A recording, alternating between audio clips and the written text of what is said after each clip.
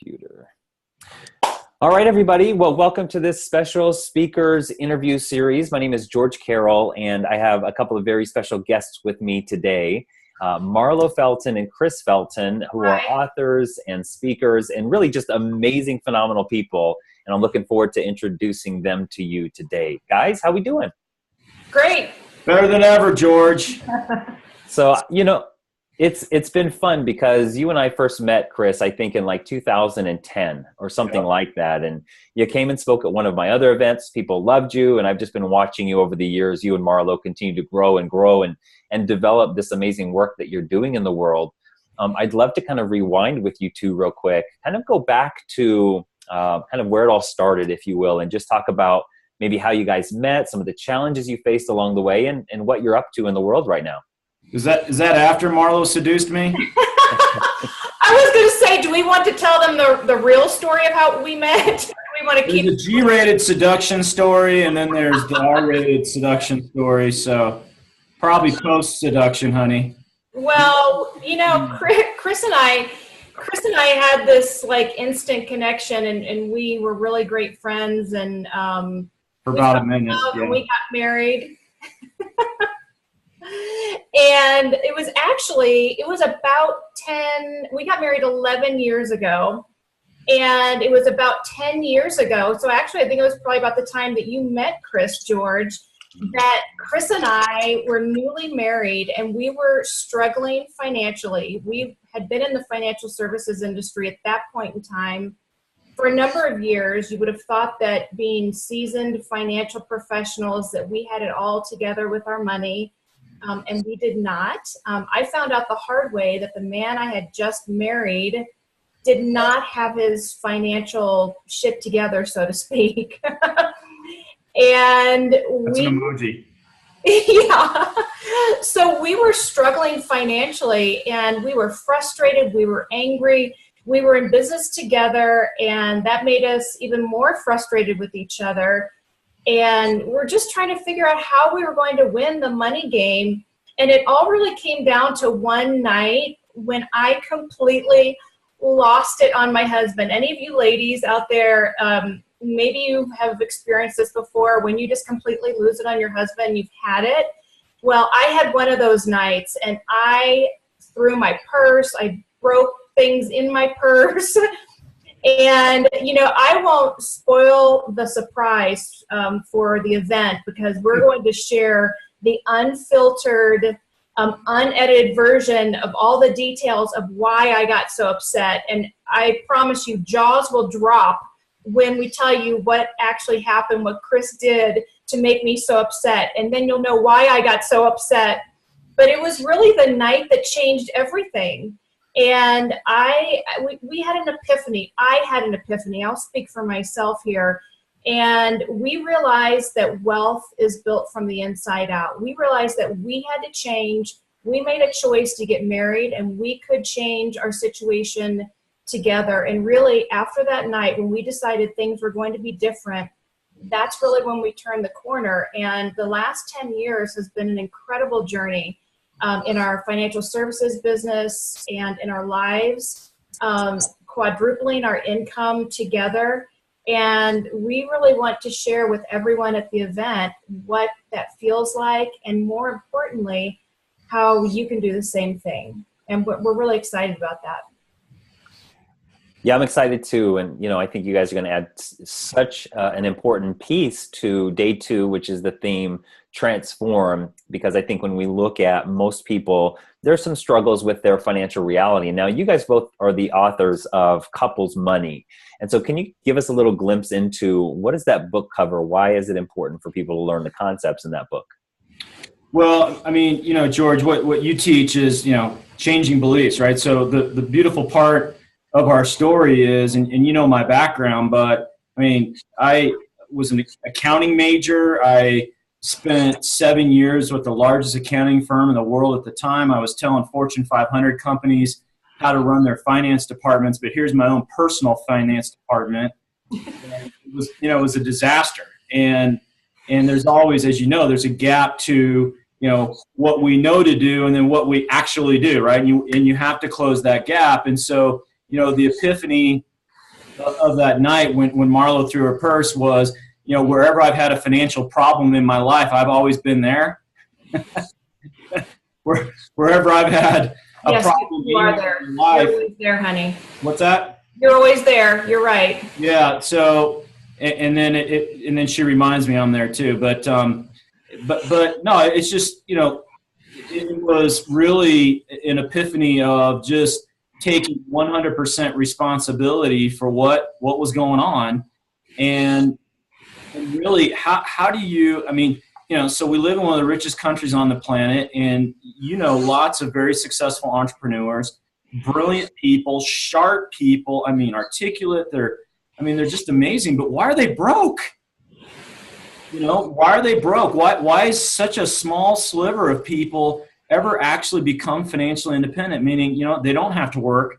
They work because they want to, not because they have to. And here's a guy that supposedly had the brains around money and finance and was a top earner, you know, in our financial services company, one of the largest on the planet, but yet he couldn't make money work in his life. And so, you know, I stopped having money problems. Marlo was there mentally. I mean, she was there. That was the frustrating part, was I was such a freaking disaster, and she couldn't figure out that this guy that had some talent was a disaster. So, you know, what we're going to talk about in our talk at the event, and that event's going to be unbelievable, George, and we're just very fortunate to be part of that lineup, is, you know, I went from having money problems to having a money project.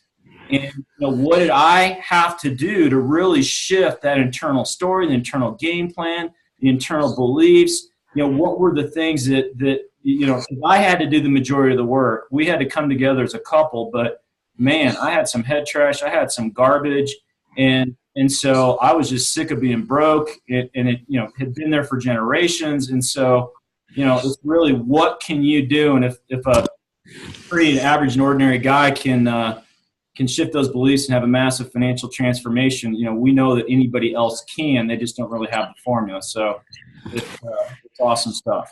You know what? I mean, you said so many brilliant things in that stream there. And the thing that popped out to me to kind of tap you on the shoulder with is, you said you went from having money problems to having a money project. Can you dive into that a little bit more? Yeah, I mean, I think this something that I study, and we'll get into it in depth in our talk, is just most people live their whole entire state, they're in resistance to everything. And basically what resistance is what is there shouldn't be. Right? That's what resistance is. Marlowe's form of resistance, you know, volcanic Marlow, you know, I don't know if you ever seen a volcano explode, but that's what that night was. Right. Hers is anger. Mine was delusion, right? Optimism and delusion sleep in the same bed together. And so it was just about, you know, the only way we were going to shift, and we're going to share that in our talk, is, man, how do you get out of a resistant state to a state where you can actually create, versus where most people spend all their time fixing stuff. They fix their debt, they fix their problems. It's just about overcoming problems and fixing. How do you start creating wealth? How do you start doing that? Well, the internal state, which is what I know you're all about, you have to shift that. But how do you shift it around money? And so that subtle thing of, man, no longer do I have a money problem. I have a money project, and it got me away from resistance. It got me away from fixing to creating, and looking more at what I wanted versus more that, you know, I didn't want. And once we got out of that resistance, and we'll teach you how to do it, you know, create wealth. But the main thing is that most people don't even realize that they're in resistance. And so they go through life trying to fix things, and there's this force holding them back, and that creates even more frustration. And so the key is, first, you know, realizing that you're in resistance, and realizing what you're in resistance to, so that you can let go.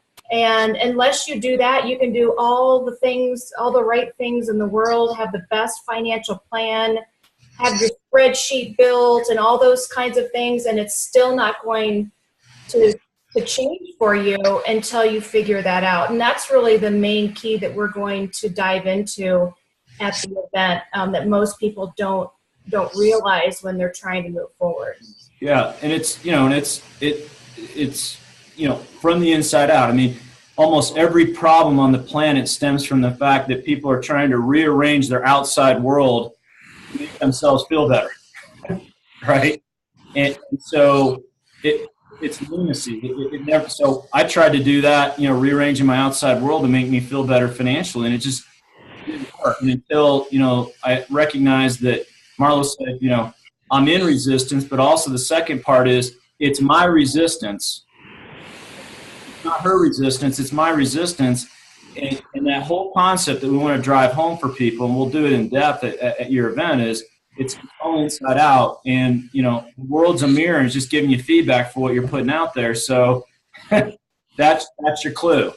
And most people don't know they operate 90% of their lives from resistance. And so we'll talk way more about that at the event. We're excited to do it, but that's one of our main things is how do you move from resistance to most people have tremendous emotional hang-ups about it, and so you can actually create, because you cannot create out of resistance, period. I tried it for several decades. You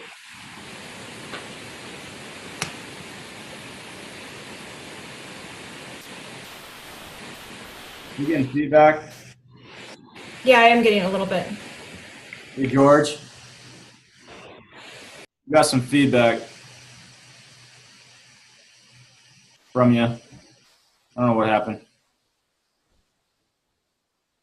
Can you hear me? Yeah, there you go. Can you hear me? 1 second, folks.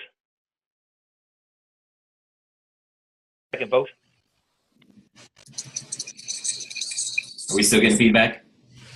No, you're good. I don't know what happened when you put on the. I don't know. You're good now.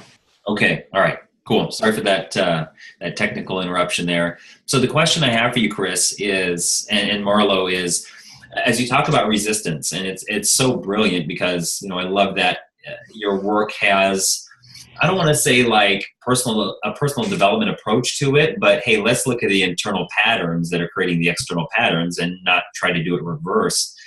Why is it that most people lose what you call the money game?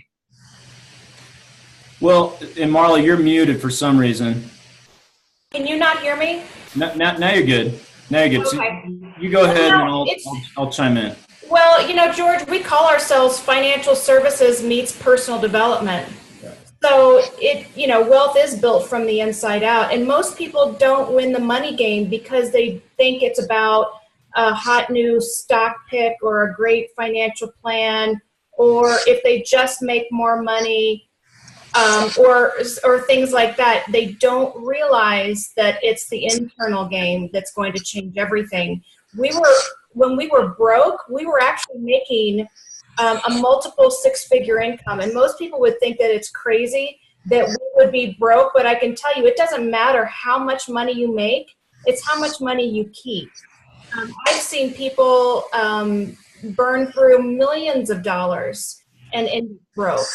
You see it often with celebrities or sports figures, people that win the lottery, because it's the internal game that needs to be fixed first. It's the foundation for wealth. And, coming from the financial services industry, Chris and I have seen example after example after example, literally tens of thousands of examples over 19 years of meeting with people that, in our own personal story, that's why we know that this is true, and we know that these concepts we teach about work. Yeah, and the gist is, just growing up, we're programmed, right? And this, George, just the stuff, this is why you're such a sought-after speaker is, we arrive on this planet and we're perfect little babies, right? And we're loved even though we're pooping our pants and stuff. Are you calling George a baby? Well, he's got little babies, but, they show up and they're perfect even though they're not, right? And they don't have any head trash or limiting beliefs on, do they deserve things? They just, no, I cry, I eat, I poop, I get my diapers changed, right? So it's just, between 0 to 4, there's just a bunch of stuff that gets piled on them. It's get programmed, and one of them is money. And most often, because the majority of society is broke, those beliefs they're until age 5, they have no outer guard, so to speak. They don't have a gatekeeper between their unconscious and their conscious mind. Their conscious mind's not really developed. So whatever they hear in those first 4 to 5 years, it's just taken as golden. So my parents said rich people are crooks, and money stinks, and money won't make you happy. And so I didn't know. I just accepted it because I wanted to get their acceptance. And so we basically, by the time we're 18, we're just hardwired, programmed on everything. And unless you take the time and hire a George or dive in and really look at, okay, how am I getting in my own way? What stories am I making up? Like, maybe I need to challenge these stories as truths and then rewrite a brand new story. So, what Marlo's talking about, very few people are programmed. If you were a Kennedy, so to speak, you didn't have a problem with money because you saw it. And that's just the way it was. And it was taught that it's a good thing. So most of us weren't taught that. So we have to do the internal work to shift the genes. And that's why, 90% of lottery winners are dead broke or in jail within 10 years. Their beliefs and their internal, you call it a money bucket. You have a money bucket that's used to 40 grand a year, and all of a sudden 200 million drops in there. It's too small of a bucket to hold the money. So the money just falls out, right? And so you've got to be able to grow that bucket by increasing your capacity. And just from a personal development standpoint, then I'll shut up here, it was a quote from Billy Graham, and totally changed my life. He said, once you get your attitude around money,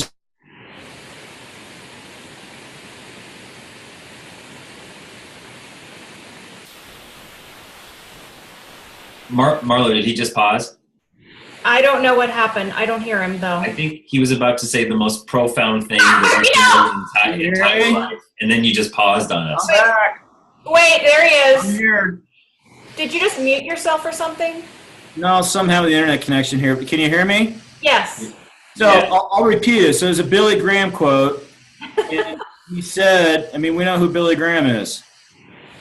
And he said, once you get your attitude around money straight, it's going to help straighten out over almost every area of your life, because you're cleaning up these beliefs, you're cleaning up this garbage. And so once I got that stuff squared away, my spiritual life way up, my health got better, my happiness, all that stuff. And so that's why it's so important. It's not about the money, but it is kind of, right? Yeah. Well, it frees you up. You and I are lighter, better versions of what we were 10 years ago.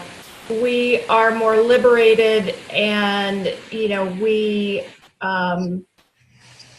there's more space for us to be who we were truly meant to be, because we're not bogged down with all this frustration and anger. So people say money's not everything. Well, no, it's not, but it's important.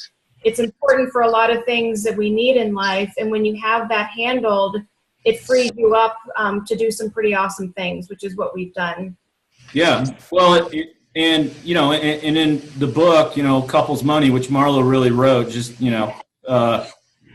full disclosure, she had to slap my name on there because of the title. But she interviewed mentors, and one of our mentors, I never forgot this, George. And this was, early 2000. I was really struggling. And she said, you never know how good you will be until you get money behind you. I never forgot that. And you never know how good you can be, because the whole, Maslow hierarchy of needs, self-actualization at the top, you can't self-actualize if you're still worried about getting your needs met. And so for us, it was more about, we have, and not that we don't drive it and stay focused on it and manage it and all that stuff, but that was huge. I'm like you. I want to be the best version of me, and if I have money hangups and money worries, man, it takes up way too much mental space. And I think it's Bob Proctor that said, hey, yeah, the reason you get wealthy is, number one, so you can be comfortable and clear your thinking, but secondly, then you're able to extend your service to much greater reach. Right. And those are the reasons why you do it. You got to get it behind you. Yeah. So I love this. This is a perfect segue to my next question. One of the questions that we talked about was, what are the most toxic thoughts that people have about money? What is it that from that level deteriorates and self-sabotages people's financial reality? Well, this is a big one. You want me, honey, I'll take this one because I talk about this a lot. Yep. And that, it's really respect and how we see our worthiness for money. Marlo, I don't know if you care, but your forehead is cut off from the video. Oh, I do care. Okay. Kind of a Vulcan. I'm kind of like that friend that will let you know that you have a booger in your nose. Yeah, you have a booger in your nose. I don't have it. Or maybe I do. Is that better? Yes. Okay, perfect. I talk a lot about the toxic thoughts that we have about other people with money. And I have this incredible example of years ago when a guy in our business had a huge success and everybody was talking about it. And I started to mentally go down the path of he doesn't deserve it and how did he do that and we didn't do it. And then I realized that I had to change the way that I thought about that, because I realized that him doing that meant that we could do it. And me thinking that he doesn't deserve it was the same as me saying that I don't deserve it. And many people project deserving on other people when they see someone with a nice house or a nice car and they see someone else's success. And that when we have those negative thoughts around other people, it's just a reflection of our own worthiness, and it will repel money from you faster than anything. And I have seen example after example of this, and it's so incredibly powerful and so important. I mean, would you say so, Chris? Yeah, I mean, the whole concept of projection is just amazing because, you see in others what you don't like in yourself. And, right. And we recognize that if we were going to be successful, we had to recognize and embrace success everywhere. Right. And the whole, appreciation and gratitude and, a lot of people, know those things, but they don't really, practice it. But, that was huge. And then what happened about 6 months after that is we matched what that guy did. Yeah. So when people are successful now in our company, we're part of a very large company. I'm always one of the first ones to reach out and text them and congratulate them, and sometimes people I don't really like, right? But I know their story and I get it. I know what they've come, what they've had to overcome to do it. And so, if you can embrace success and abundance all around you, become a magnet for that. So absolutely. So one question that I wanted to kind of pop in here is, you said that some people maybe that you really even don't like. So what you're saying is we won't name, you want us to name your name? So it's all right to sometimes not like the person, but we can respect the gain or the achievement, right? Yes, absolutely. Yeah, I mean, it's just, my whole, just, lot of work I've been doing, George, just in general, because, Marlo and I talked about it is, we need to level up and level up in a big way. And one of the ways that I hold myself back is I judge everything, right? I judge others. I judge situations. I judge, it's just, and if I'm going to judge somebody that's creating success, and I'm basically keeping it away from me. So just working on non-judgment, man. It's, you want to talk about a project, but just that helps me just not judge other people just because I don't necessarily get along with them or whatever. So, right. So it's important to become aware of how we're judging people and how it's impacting our own reality. Yeah. I mean, it's just, it's crazy. It takes up so much mental space. And, one of the things you need to do to create wealth is you got to make space for intuition. And, that's what Napoleon Hill's work was mainly about is, how do you make connection with, God, infinite intelligence? How do you run on intuition, and we'll share some of those secrets in our talk at your event. Is, one of those things, those little subtle things that hit me and hit Marlow that we just moved on right away, and we didn't hesitate, because most people just hesitate. Right. And if you're in judgment mode, you really make no room for really those small things that could just absolutely explode your financial situation. We judge it's going to take forever. We judge it's going to take a lot of hard work. Well, if you're working on yourself and you make space for intuition and you run on those things, man, stuff can turn on a dime, and that's what happened for us. So complete this sentence for me. Replace your judgment of success with blank of success, and you will be successful. Replace your judgment of success with embracing success. We run into it all the time. I mean, we're part of a very competitive company, and sometimes that competition, people they don't embrace it. And if you're not embracing it, it means you got some lack of approval of yourself, and you got some unworthiness at the core. And if you fully 100% love, approve, and accept yourself, you're going to be embracing love and success everywhere. So embracing it, at least accepting it. You might not need to love it, but you need to at least accept it. Love it. How about for you, Marlow? Yeah, and it's being open, because Chris was talking earlier about freeing up the space, being open to opportunity. And that in itself is huge. Most people are not really open to opportunity because of being bogged down with all the frustration and heaviness that weighs them down with financial stress. You have to be open to see opportunity. I see people that miss opportunity after opportunity because they're blinded by all of that stuff that they carry around with them every day. And like to lighten everyone's load when they come to the event and show them how to change their life. I was just going to say that, so a good question for those of you listening right now is, how much emotional energy, mental energy do you spend, heavy energy do you spend in your financial reality? And that's the resistance that Chris is talking about.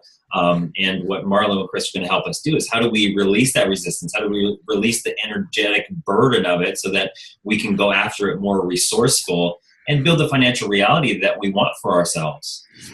You guys, I'm curious, what is it along the way when you look at transformation points? What's maybe one of the biggest shifts or points that you've had that changed everything for you?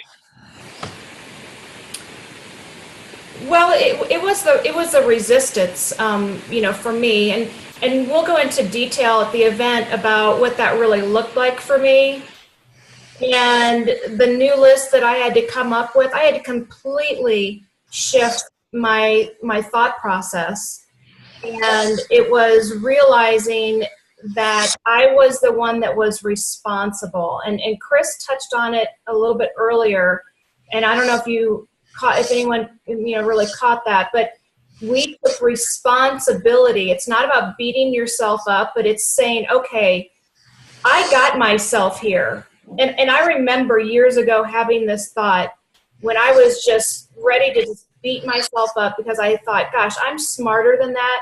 How in the world did I get myself in this situation? And I thought about it, and I did a lot of introspection, and I thought to myself, well, I chose to marry Chris Felton.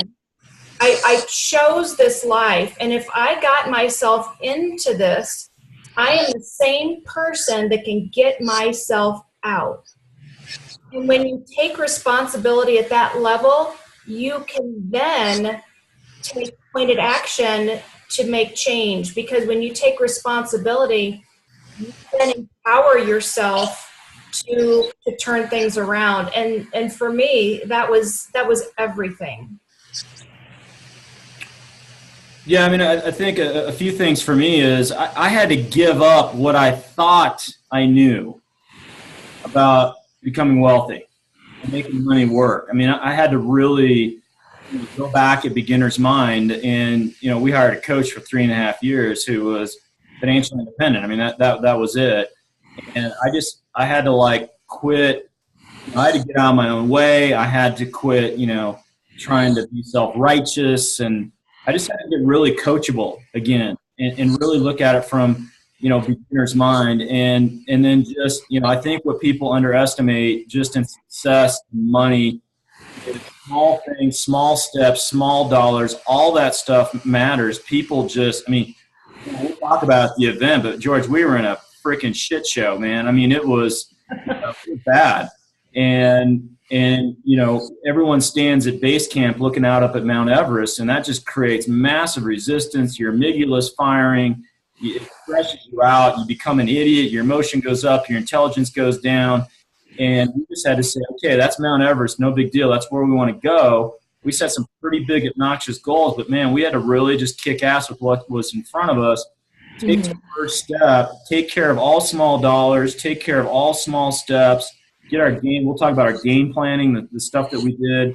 But the compound effect of small steps over a period of time is so major. Most people pull it off. And then just loving the process, man. Like just loving the freaking process and, getting my life off the layaway plan of, oh my God, I'll be happy when. I had to, regardless of the crap that was going on in my life, I just had to love the process again and just, love it all. And, just big stuff there, but it was a big shift for me. Awesome, man. Awesome. I love what's coming through you guys right now. I cannot wait for everybody to experience you at the event. So the last thing that I kind of want to leave with is what's something that we just didn't have time to cover in our interview today? What's something that people are going to learn or experience or take away that we just didn't have a chance to cover today? Oh, well, there's a ton more that we're going to share and really, some other really important keys. And we're going to dive into the details of some of these concepts we're talking about so people can really feel empowered. They'll leave there knowing what they need to do to make a financial transformation. And I'm excited to see everyone there in person so everyone knows my head isn't really this big. Well, it chops off every once in a while. Kind of like a freaking alien. It's a little weird. But, really, I'm freaking when we get home later. So tiny, and if a good strong wind comes along, it might blow me away. No, this might sound cliche, George, but just my hope is after they listen to us talk, they're like, you know what, I can actually do that.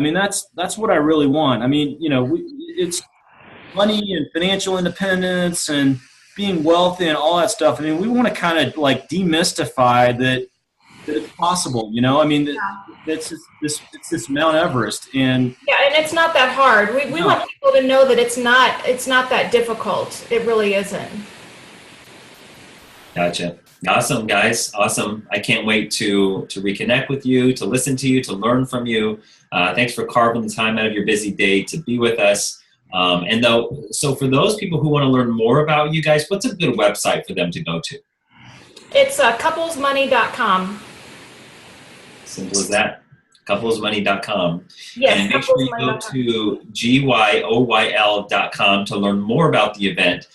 Chris and Marlow are bringing their really highly in demand presentation called Financial Transformation. And if you like what they had to say today in this interview about how to shift your financial reality, you're going to love what they have to say in person, and you're going to love the rest of the 3 days.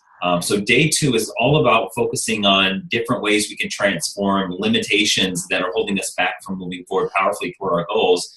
And Chris and Marlow will be rocking the house right in the middle of day 2. So can't wait to have you guys there. Thanks again for your time. And thanks, George. We look forward to seeing everybody at the event. Thanks, George. Thank you, guys. Take care.